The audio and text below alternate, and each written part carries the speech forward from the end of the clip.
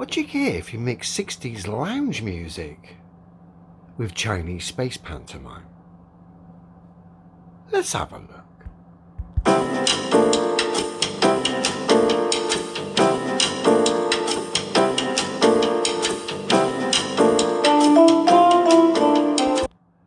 Whilst we're bopping along to this old school lounge music, please take note, very little shots here offer up anything to suggest they're in a weightless environment. We get a few which look like zero-G planes. We see a couple of boxes moving around which almost look like special effects rather than actually something really happening there in a weightless environment.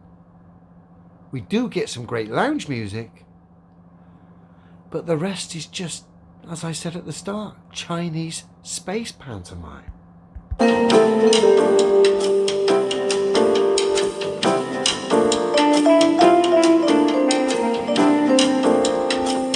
That was your special effects boxes, if you ask me. And look at the lovely food on offer here.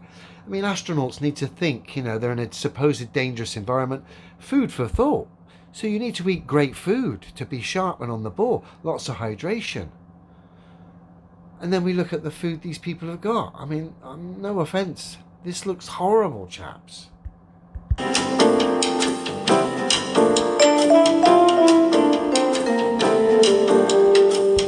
Quick question, why isn't the food floating about here? It's almost like it's on a table here on Earth. And while I'm looking at the food, it looks like cheap, nasty food you'd find at an old market.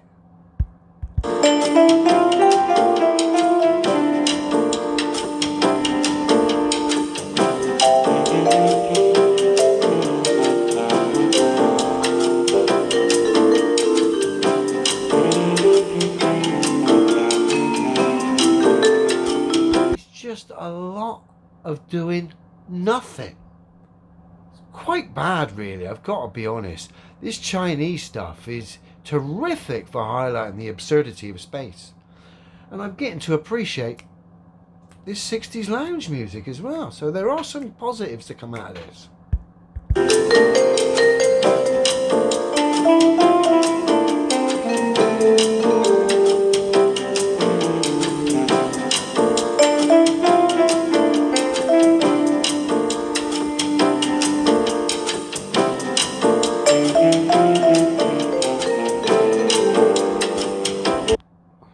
No idea what our friend's trying to tell us here.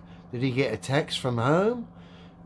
What's this? Is an intelligent management system. Okay, so there's the space station talk to him through his phone.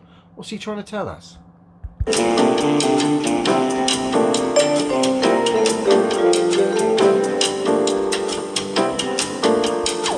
Zero-G plane.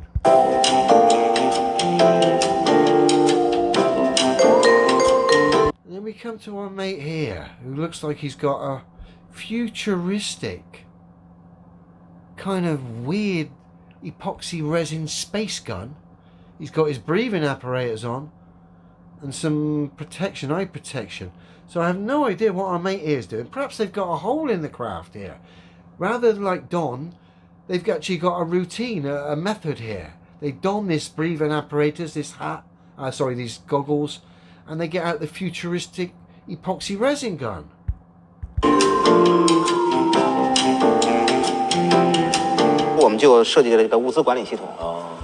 Please note here we've got Jing Zheng, the deputy commander of the space station system, bigging up his system here, which essentially is scanning codes with phones apparently, or something like that. So perhaps that's what our mate was trying to show us. He scanned a load of boxes and he's well happy that it's registered on his phone. Perhaps that's what he was doing. But please note here, Jin is selling his product here big time on the left, but our mate on the right here is bored and not interested.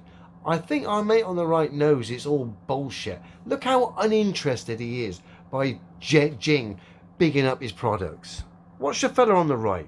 扫码，扫完码以后，它能显示出，作用是什么，功能是什么，要去安装到什么位置，然后将来怎么用，然后这个时候传电子的，我们传输到系统里，不用再。He's not interested whatsoever. What's this? We don't need to read manuals in the way of the previous spacecraft. Essentially, Jing is selling his scan-in system via phones here. The astronauts scan and then they get the report up or whatever it is they're doing or whatever's related to what they've scanned, okay?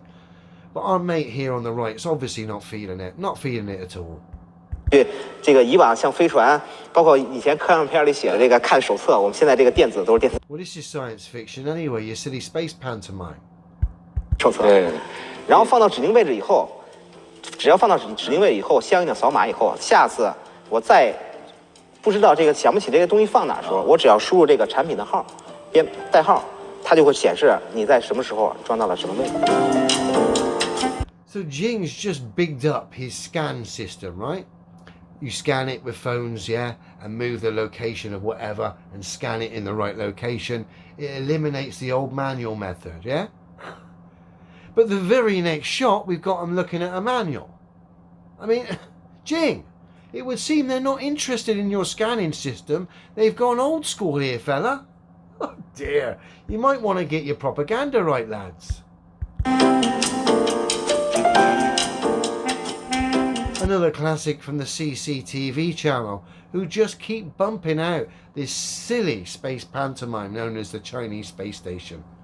Oh dear.